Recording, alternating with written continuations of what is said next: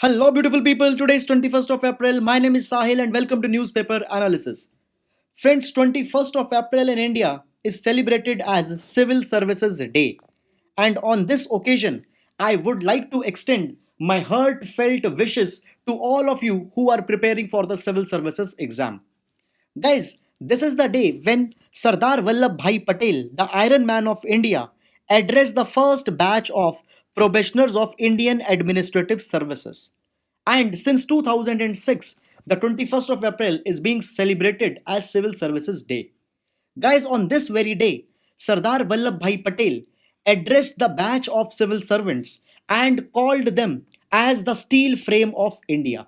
Now a question arises as why Sardar Patel referred to civil services as the steel frame. It is because of the fact just like steel frame can bear tons of load and stays flexible without breaking, in the same way civil servants can bear the huge responsibilities of the growing nation and can still be flexible and will not be abiding to any pressure.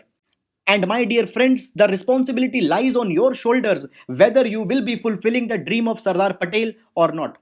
My dear friends, Mahatma Gandhi was one who showed the path of Swarajya, and you, as the civil servants, can be the one who can show the path to Surajya. So now the journey from Swarajya to Surajya is beginning, and the civil servants will play an important role in this endeavor.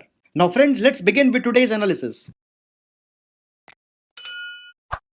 Friends, as today there are few relevant news into the Hindu newspaper, I will be taking up some articles from the other sources as well. So, first of all, let's see the Hindu. Guys, this is the page number 1 of the Hindu newspaper, and the first news we can see here says that the speed of virus infection has slowed down. The time taken for doubling up of the cases have been increased. Although apart from data there is nothing into the news, friends, but let's analyze this from exam point of view.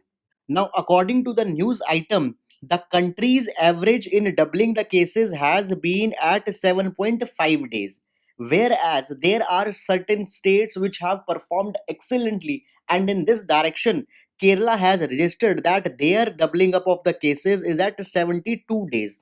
Now, guys, this is an excellent achievement on the part of Kerala, given that they were the first state where the COVID 19 was registered, and at one point of the time, they were the forerunner into the number of cases, but it is very much excellent.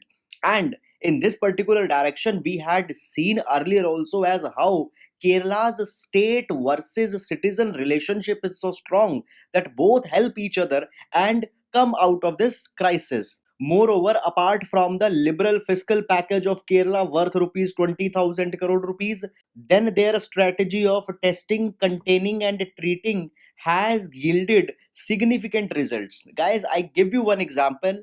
All the country there are migrant crises are happening. In Kerala also migrants wanted to go back to their places. What government did?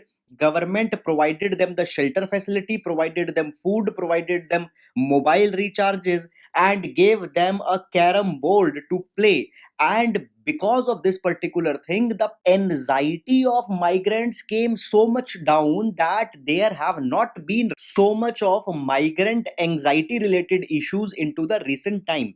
Moreover, guys, next appreciable state is Goa. Goa had eliminated the COVID-19 and the last of the last patient has been discharged.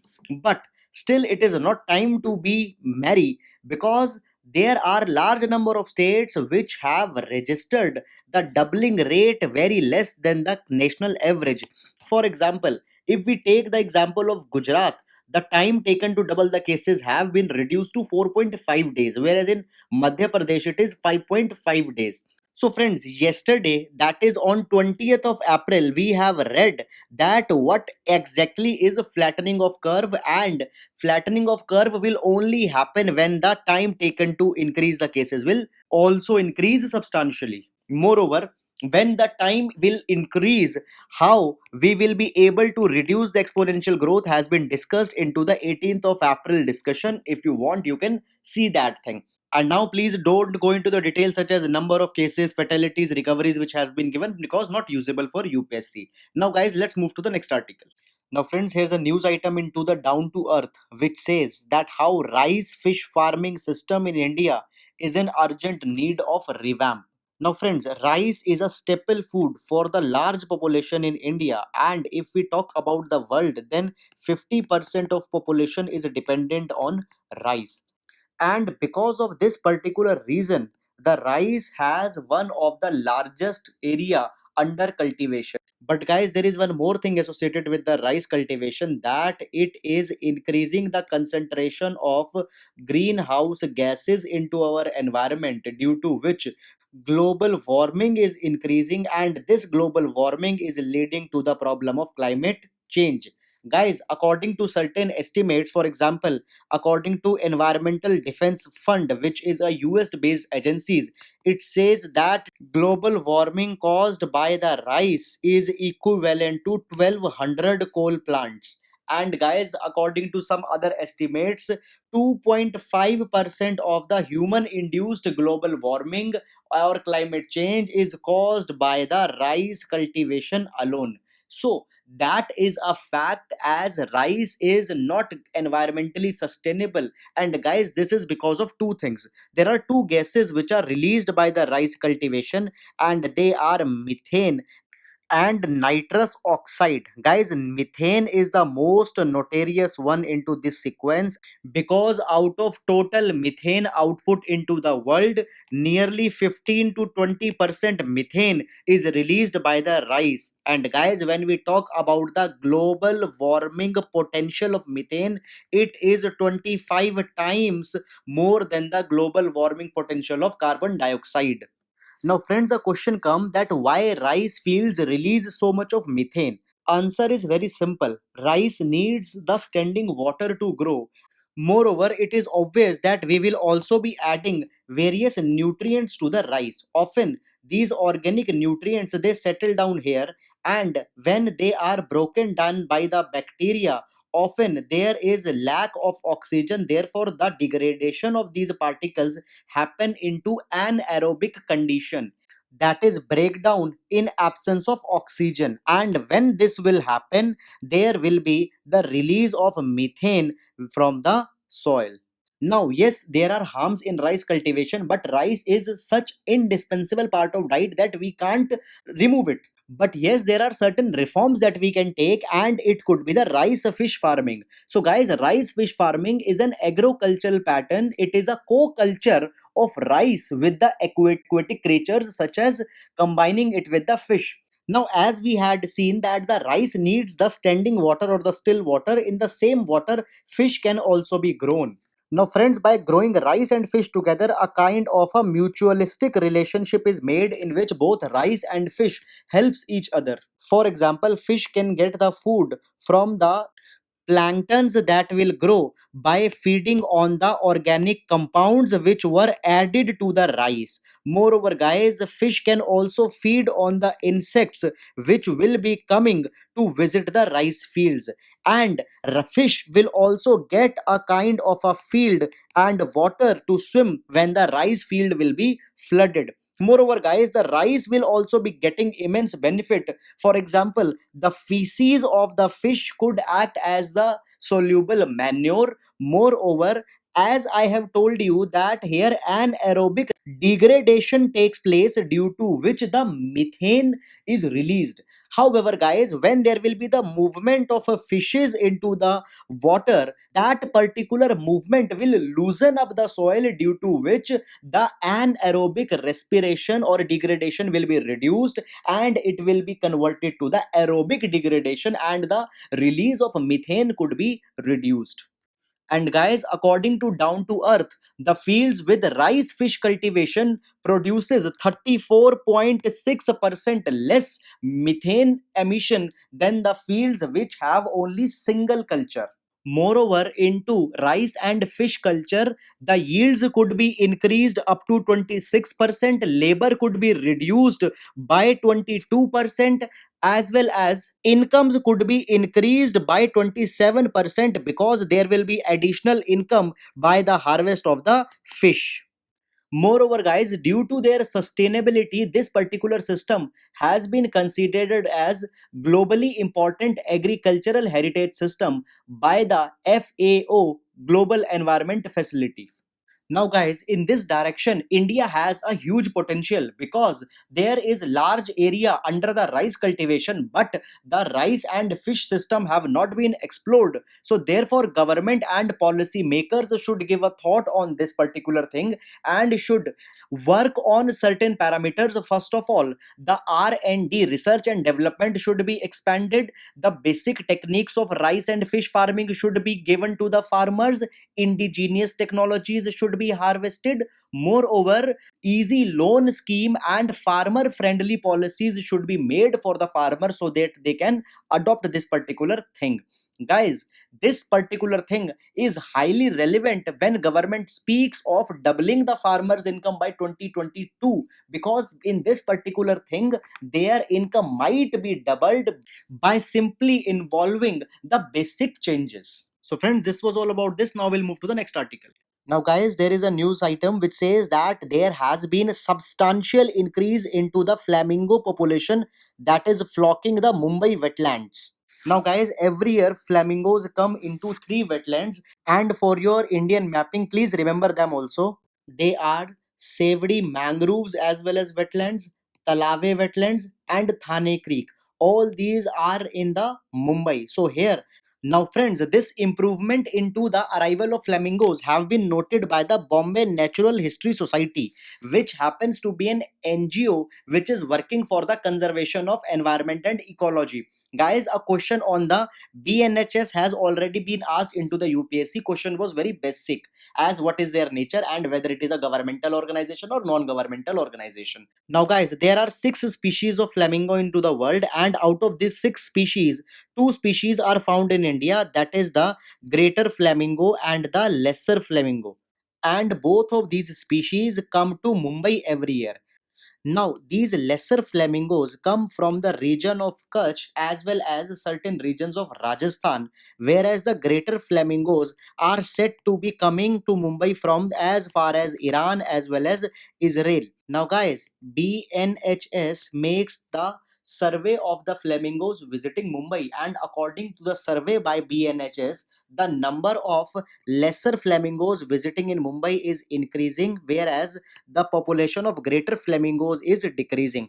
However, this year there is a 25% increase into their migration, and the reason is less human activity and stoppage of construction sites. Guys, the flamingos prefer a quiet and serene landscape, and because of the rising noise pollution they were not coming, but now due to lockdown the ideal conditions have been found and they are flocking into the larger and larger numbers. And guys, one more thing, the greater flamingos have been given the status of least concerned on IUCN red list, whereas lesser flamingos have been given the status of near threatened on the IUCN red list. So please remember this thing for your prelims. And guys, not only this, rather the lockdown has also been proving to be as a boon for the river health and ecology. Do you remember the 2 days ago I have told you that the health of Yamuna river has been improving substantially, and the dissolved oxygen as well as biological oxygen demand has been improved. I hope you are remembering what is a dissolved oxygen, biological oxygen demand. We had discussed it. Fine. Anyhow, this was all about this news item. We'll now go to the next news. Now, guys, there's a news item on the page number 5 which mentions that how the artisans into Telangana are suffering. So, guys, there are two arts which have been mentioned. They could be important for your prelims examination in art and culture. Now, guys, here two craft forms have been mentioned. One is the Nirmal arts and other is the Dokra arts. First of all, let's discuss the Nirmal crafts. Nakash community in Adilabad, Telangana are practicing the craft of making the toys as well as paintings, and this tradition is being passed from generations. Now, this community, that is Nakash, they use a locally procured variety of a soft wood which is called as Poniki Cheka. And from this Poniki Cheka, these birds and animals are made and then they are painted by a special kind of paint which is procured from the indigenous raw materials. And apart from these toys, they also make the distinct paintings which are famous world over. Guys, their painting have a particular characteristic that they are often painted on black background and distinct strokes of gold color are often marked. Now, when we talk about Nirmal toys and paintings, that is Nirmal crafts, they have also been given the GI tag, which has improved their marketability. Now, guys, GI tag is a special status given to a particular commodity or good which is being made in one particular geographical location. So, it gives a distinctiveness. For example, we take the example of Darjeeling tea. So, Darjeeling tea has a GI tag. It means that only the tea grown into the Darjeeling will be enjoying that particular status, and nobody outside Darjeeling can use the name Darjeeling tea. So when we talk about GI tag on the international level, GI tag are recognized by the World Trade Organization's agreement on TRIPS, that is agreement on trade related aspect of intellectual property rights. And in India we have formulated the GI Act 1999, under which government of India recognize the items and give them the GI tag. So they have been given a GI tag. Now in Telangana there is one more ancient craft form which is called as Dokra crafts. Now these Dokra crafts are practiced by the Ojhas, also known as Vojaris. So friends, earlier Nirmal crafts were made by the Nakash and the Dokra arts are made by the Ojhas or Vojaris. Now friends, these are the metal castings in which principal metal is often used as brass, and sometimes bronze and copper is also used. Now these particular artifacts are made by a proper technique which is called as lost wax technique. Now friends, this lost wax is an ancient technique in which what happens, a person will be making an artifact of the wax. Because wax is easier to give shape, then this wax will be covered with the mud, and while doing this an opening will be left which will be used later words, guys. Then this mud will be heated and this mud will make a layer of a plaster over here. Now as this mud will become permanent or solid, from the small opening which was left, the wax will be taken out by heating. Now guys, from the same opening the metal, that is melted brass, will be poured in, and then this outside layer will be hammered and it will break, and inside we will get the brass statue. So this particular thing will act as a mold or as a cast. Into the Harappan civilization these techniques might have been used, still they are using into that particular method. Therefore it becomes a part of a long running tradition. Now guys, Dokra crafts are there, these are from Telangana, but these crafts are also practiced into the region of Jharkhand, Chhattisgarh, Odisha and West Bengal. And one more thing about these Dokra arts of Telangana, they have also been given the GI tag. So both Dokra as well as Nirmal have been given GI tag. Now guys, because of lockdown, the artists in both of them are facing troubles. So guys, please remember these art forms for your prelims art and culture. So this was all about this. Now we'll move to the next article. Now guys, we'll discuss the editorial section. Friends, this editorial makes a critical analysis of the move of government to regulate the FDI coming into India from the countries which share a land boundary. And along with this editorial, I am clubbing a news item on page number 8 as well. Now on 19th of April, a news was reported that government has decided that all the FDI that is coming to India from the neighboring countries will be subjected to be approval from the government of India. Guys, FDI can come into our country by two routes. One is the automatic route and other is the government route. In automatic route, no permission is to be required. However, in government route, we need to seek the permission from the government of India. Now, majority of sectors are given the status of an automatic route by which you can directly bring your money. But there are certain sectors which have been reserved for the government approval. Now, by the recent notification of government, it is said that all the FDI coming from the neighboring countries, we have 7 neighbors, will be placed into the approval category. They can't come from the automatic category. Now guys, this particular rule was earlier also there, but it was for only two countries, that is Pakistan and Bangladesh. But now it is being indicated that this particular move is aimed particularly towards China, because right now due to the lockdown Indian industries are into great stress and China wants to take advantage of this particular position by investing them capital and at cheap prices by buying substantial holdings into these companies.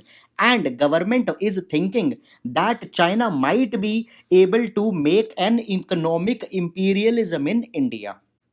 Now, all this is the background. Now, guys, the editorial is suggesting that this might be only an excuse by the government of India, because always there was an apprehension about the Chinese investment that is coming to India. So, government might have now got an excuse into the form of COVID-19 and the fragile condition, and by utilizing that, China particularly has been debarred.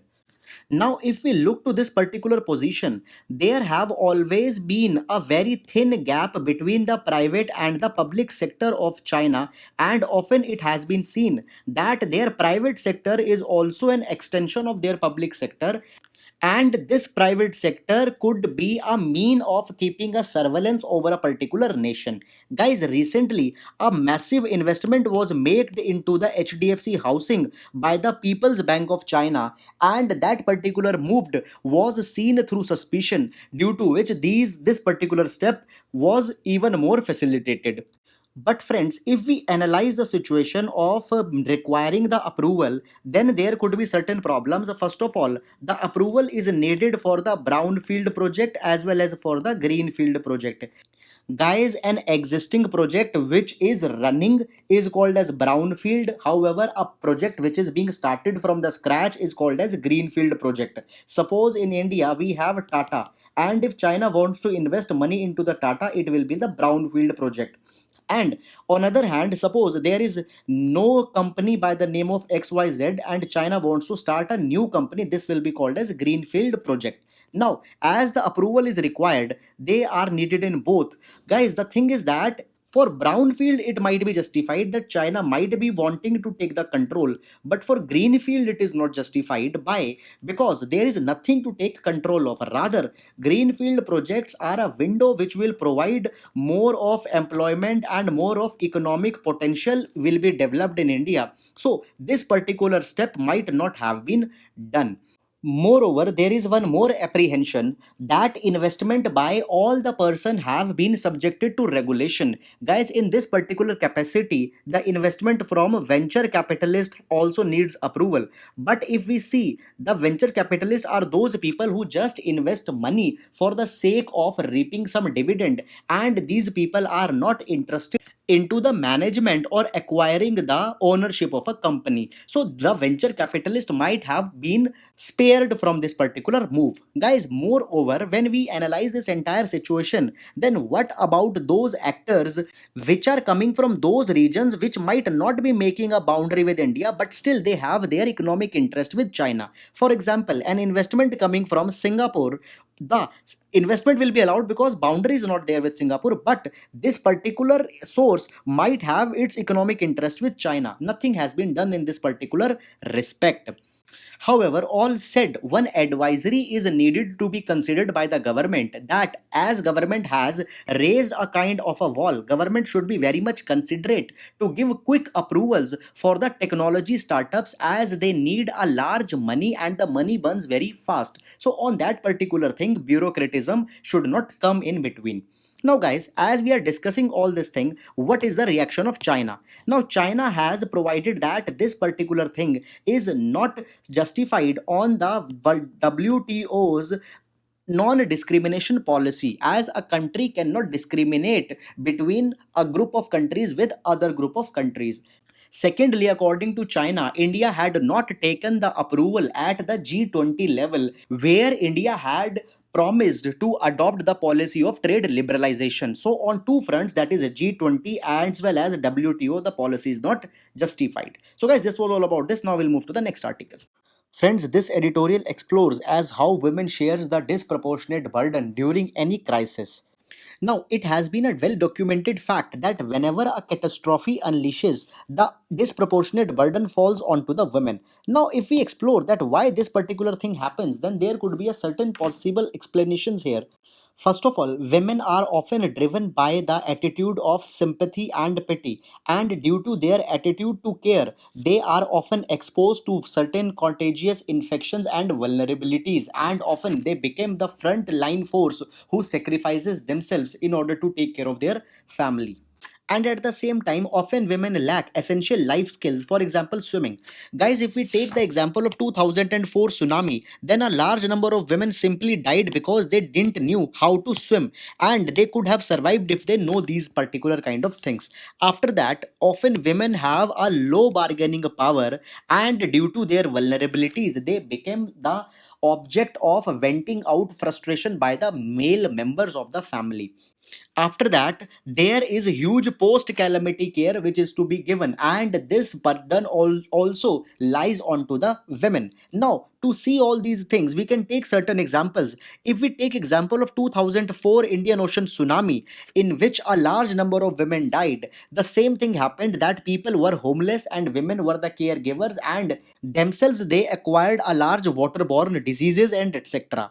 After that, if we take the example of USA, where every year large number of tornadoes are registered, women, in order to give aid to their family, have to leave their jobs and their employment, due to which their economic bargaining power declines, and at the same time the employment facilities or the job givers also reduce substantially the wages of the women, and disparity between the wages rises. Moreover, guys, recently when there was a flood registered into the Kerala, it was seen that the women were making food into the open kitchens, which further increased their struggle, and often these kind of struggles go unnoticed, and disproportionate burden lies onto the women. And guys, the same thing is happening into the COVID-19 also. Now, if we ask how COVID-19 affects women, then according to the WHO data, 70% of the healthcare professionals are the women, and 79% of nurses are the women. And as they are providing the care, they are the person who will first be getting impacted by the disease, and they might be facing a toll here. In the same lines, in India there are million of asha workers which are again vulnerable as well as susceptible.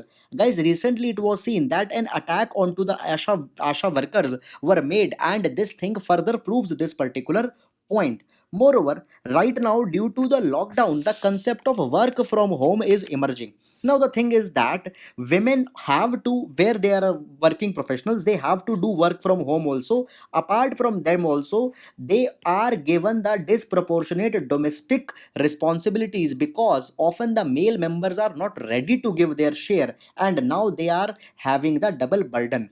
Moreover, they are often having a fear of job loss because of the patriarchal nature of society, where the men are preferred more over the women. And if further economic slowdown comes and the layouts are to be made, they will be women, so they are always under the fear of job loss. Now, if we take the example of lower income groups, the anxiety during the lockdown and during the crisis increases, and all those tensions are vented out on the women in the form of domestic violence. Guys, at the same time, the lower rungs of society often faces a problem of alcoholism, and as lockdown is proceeding and alcohol is not available, that frustration and anxiety is again vented out on the women. So this particular thing is also contributing.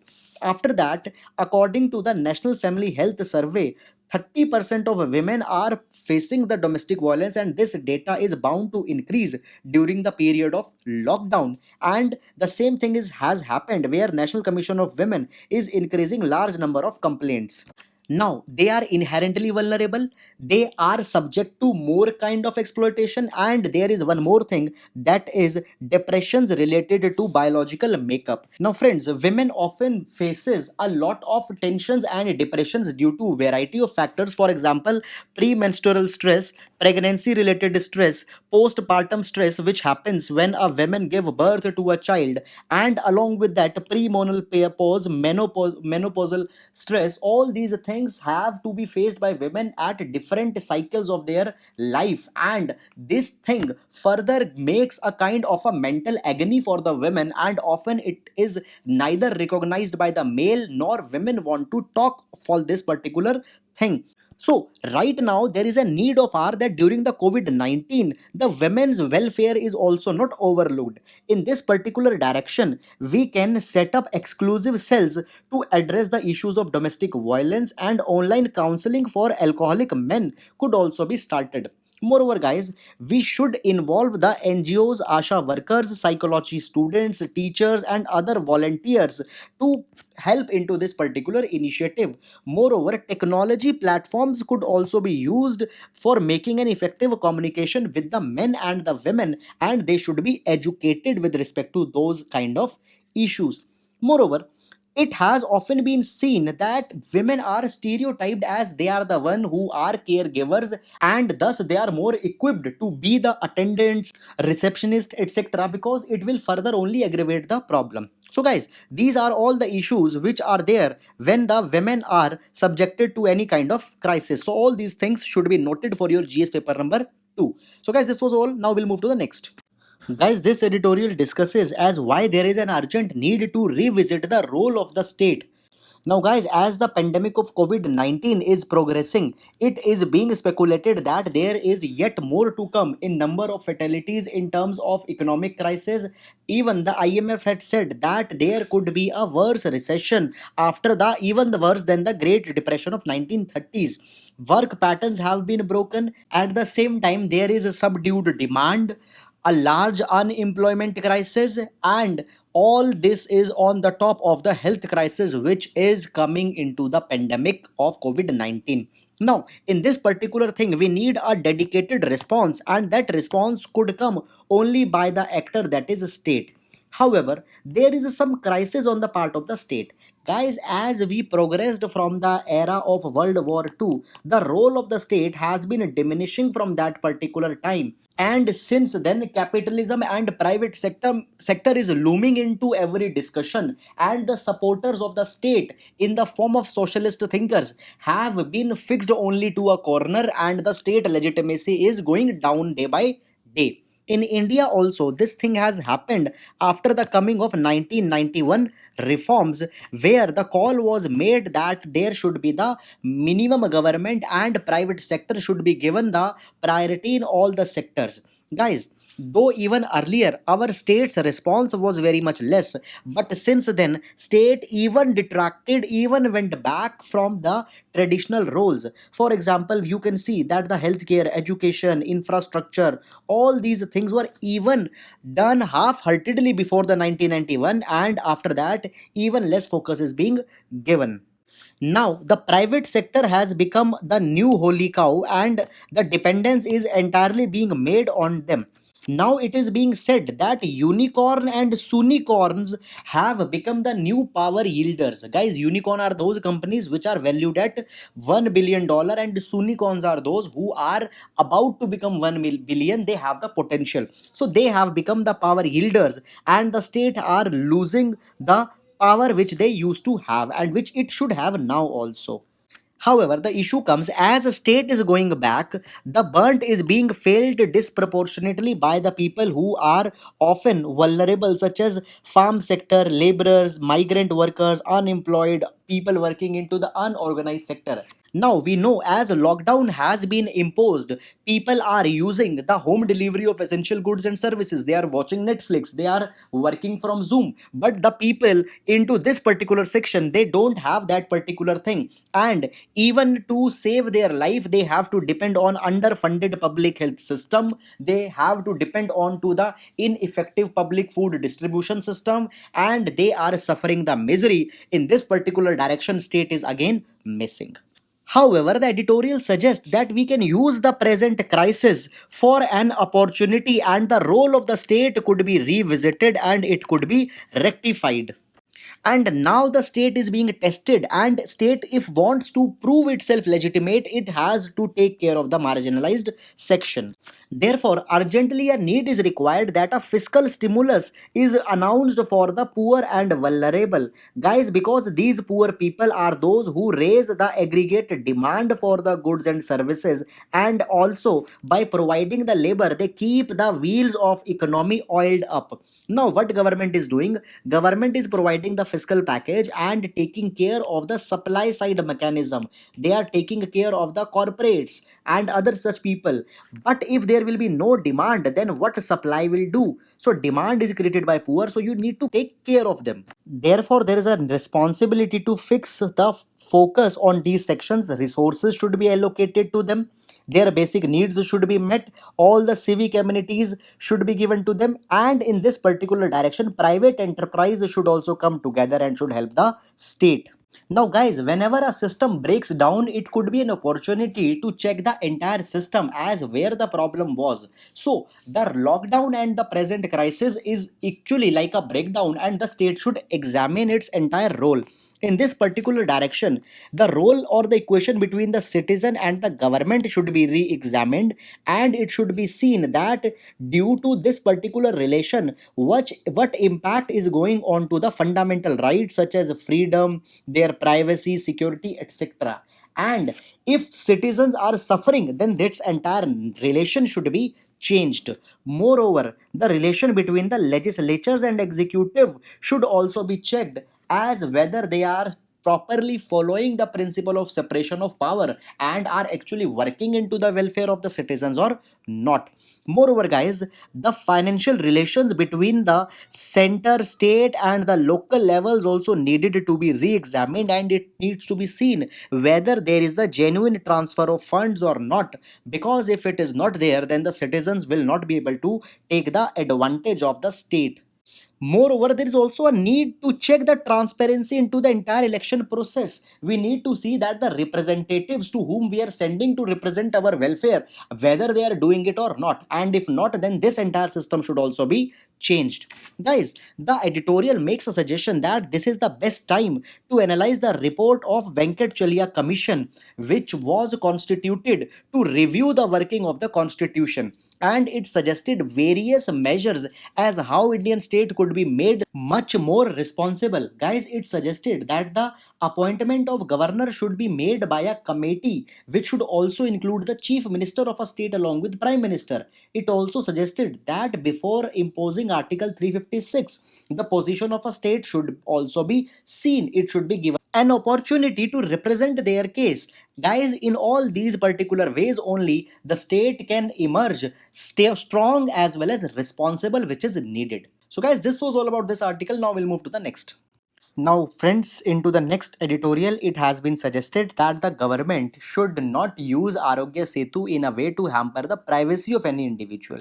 Now, with this editorial, I have clubbed one more article from the page number 10 of the Hindu newspaper. So let's see it. Now, as COVID-19 is proceeding, there is speculations that there will be the many waves of COVID-19, and from time to time, government needs to beef up its plans. Now, in this particular direction, surveillance and tracing the people becomes very much important. And guys, in this direction, the countries around the world are tracking their people and mapping them on their vigilance. Same thing was done by China, and the same thing is being done by India by launching their Arogya Setu app. Now, guys, there is a concern that this particular app has a very vague privacy policy. In the wake of tracking individuals and telling them as how much exposed they are, the app is collecting a large amount of personal data which might impact the privacy of individual. Moreover, guys, their policy does not predefines as why the data is being collected and where it will be used. Moreover, the language of contract in the app is such that government can amend it whenever they want on their own whims, and people don't have any say into this particular thing. And even it has been said that by using the data, government can carry out any medical as well as administrative intervention. Now guys, the problem is that by using these powers, government can hamper the privacy of individual as well as their fundamental right with respect to movement could be restricted. And this thing has even been done where the government has issued a notification that all the migrant laborers who are returning to their work sites have to mandatorily install the Arogya Setu app so that they could be tracked. In this particular direction, if we see the example of China first gave the citizens that it is voluntary to download the app, but then the app became the e-pass to access the transportation system. So this thing can happen into India also, where we can see a kind of a barter system where citizens are giving their rights, and in the exchange state is giving them the benefit. For example, if you want to get the food, you need to have Arogya Setu app. If you want to access the healthcare facility, you need to show the e-pass on the Arogya Setu app. So they are giving up their privacy and getting the facilities. However, in the midst of this all this argument, this is also correct that the state needs to empower itself and needs to carry the surveillance in order to control the pandemic. But the thing comes that the app is looking very much similar to the Aadhaar, as initially it was said that the Aadhaar is a voluntary scheme and any person willing may join or may not join. But later, Aadhaar was made compulsory, and people, even to open a bank account or to get a mobile phone, need to show their Aadhaar. So the thing is that on the same lines, government should not acquire such powers and should restrain it to a minimum domain of interference, and people's right should be respected at all circumstances. And guys, in no condition Arogya Setu app should become an instrument of state surveillance over the movement and mobility of the citizens. So guys, adequate safeguards are needed in this particular direction. So this was all about this. Now we'll move to the next article. Now there is a news item on page number 14 where it has been said that Australia is now forcing the Facebook and Google to pay the part of revenue to the news agencies. Now let's understand this. Now guys, what is happening? There are the news agencies and the media houses which are doing a large number of groundwork.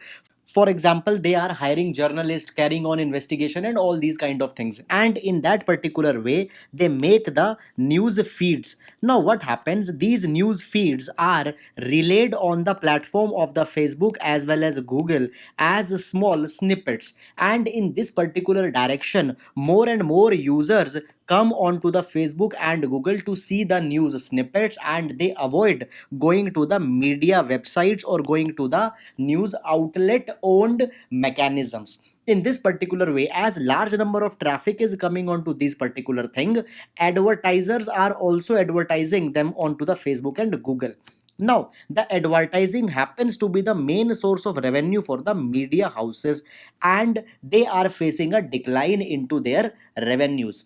Guys, as the lockdown is progressing, their papers and magazines are not anyhow selling. Because of that, their subscription revenue has fallen, and now the advertising revenue is also falling. In this particular direction, Australia had ordered the Facebook as well as Google that they pay certain part of revenue to the media houses and to the news agencies in order to recover that particular cost.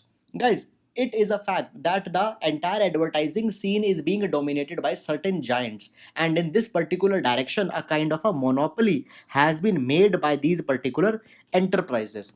In this particular direction, recently France also ordered that the big giants should share their revenue with the media houses, but that thing has not been successfully materialized till now.